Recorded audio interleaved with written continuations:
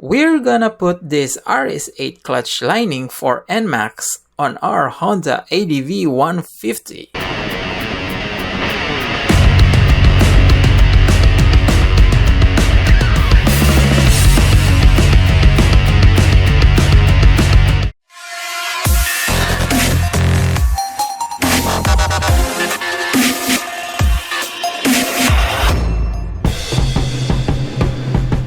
What's up mga kabis? This is Dan of Vidzmoto once again. So today is another special day kasi mag-i-install tayo ng RS8 clutch lining. Okay, so ito yung clutch lining na to is para sa Nmax, which is compatible naman siya sa ating Honda ADV. So compatible din siya sa Click 150 at saka 125. Okay, so compatible din siya sa Neo M3. So itatry natin kasi balita ko maganda yung kanyang kapit, maganda yung kanyang lining, tsaka i-review natin. Okay mga kavids, before the installation and testing, tingnan muna natin yung item. The build quality is good, naka-sealed and authentic ang item from RS8. So maraming klase kasi itong clutch na ito at iba-ibang composition ng kanyang pads. Yung nabili natin is pabilog ang arrangement ng clutch sa packaging. As you can see, yung pads niya is longer, mas mahaba pa sa stock ng Click at ADV, at mas mahaba pa siya sa Daytona clutch lining. Yung pads niya is I think gawa sa magandang friction materials, which is wala naman akong nakitang nakasulat sa packaging niya. Others says gawa ito sa asbestos, and also may mga fine grains ng metals akong nakikita. Makapal yung kanyang pintura and mukhang matibay ang pagkadikit ng pads. So, extra ingat kayo sa pagbili ng mga aftermarket clutch kasi may ibang clutch na nare-remove kaagad ang pads. Let's do a quick comparison muna before we install this item. Makikita nyo na RS8 stands out from the rest. In terms of bigat, mas mabigat ang ating stock ADV clutch shoe compare sa RS8.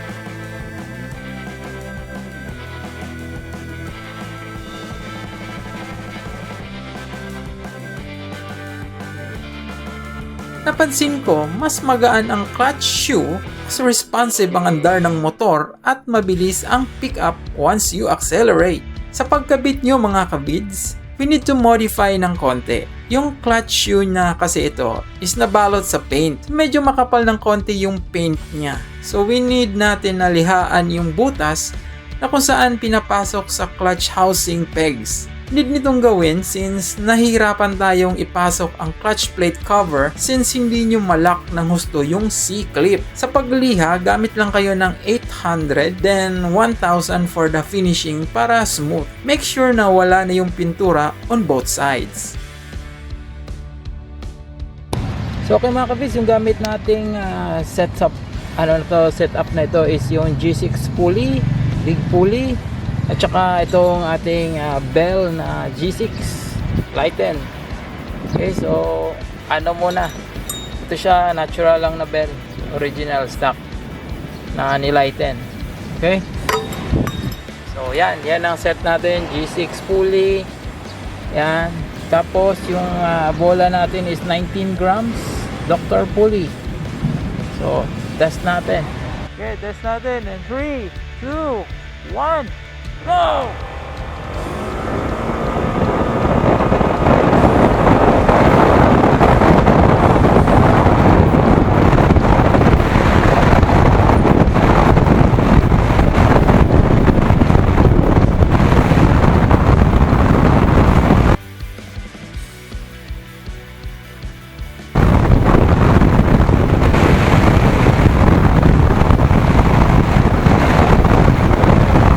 After the break-in period, binuksan ko yung CVT natin. Kitang-kita kung hanggang saan ang kapit ng ating RS8 clutch.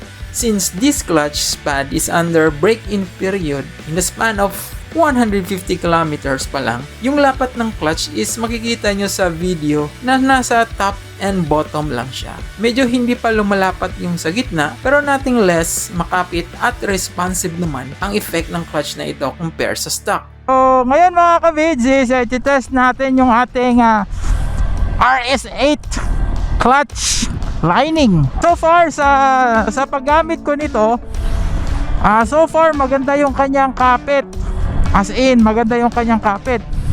So, susubukan natin dito sa Pililia, dito sa Twisties, kung maganda ba yung kanyang kapit at hindi bumibitaw. Okay, so na-test na natin kanina yung speed test. So ngayon, dito naman tayo sa Twisties. So maganda ngayon kasi walang kamote sa lugar. Alright, let's go! Okay mga kabis, sa arangkada pa lang, damang-dama na natin yung kapit ng clutch. Maganda yung kapit mga kabids. Solid yung kapit niya. So yung pala tayo mga kabis, hindi tayo naka-regroup na bell, no, by Sierra. Naka ordinaryong bell lang. Yung bell natin is yung lighted na G6. Pulley natin G6, 19 grams na fly ball ng Dr. Pulley. And also stock na springs ng ADV. So yun ang specification sa ating bike. So medyo mas ko to, no, mas gusto ko tong ganitong setup kasi maganda yung kanyang response.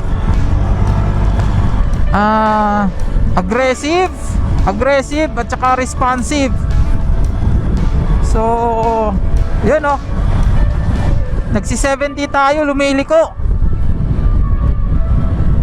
Proven and tested na pwede sa ating Honda ADV ang clutch na ito. So this is a better alternative for those of you guys na naghahanap ng makapit at mabilisang modification sa inyong Honda ADV stock na clutch pad. So guaranteed to siya na makapit. Hope na nakapagbigay ako sa inyo ng konting kaalaman about the RS8 clutch pad. So kung nagustuhan nyo ang video na ito, i-click nyo lang yung thumbs up and mag-comment kayo if you have additional ideas or comments. This is Dan of Vidzmoto. Ride safe and see you around, guys!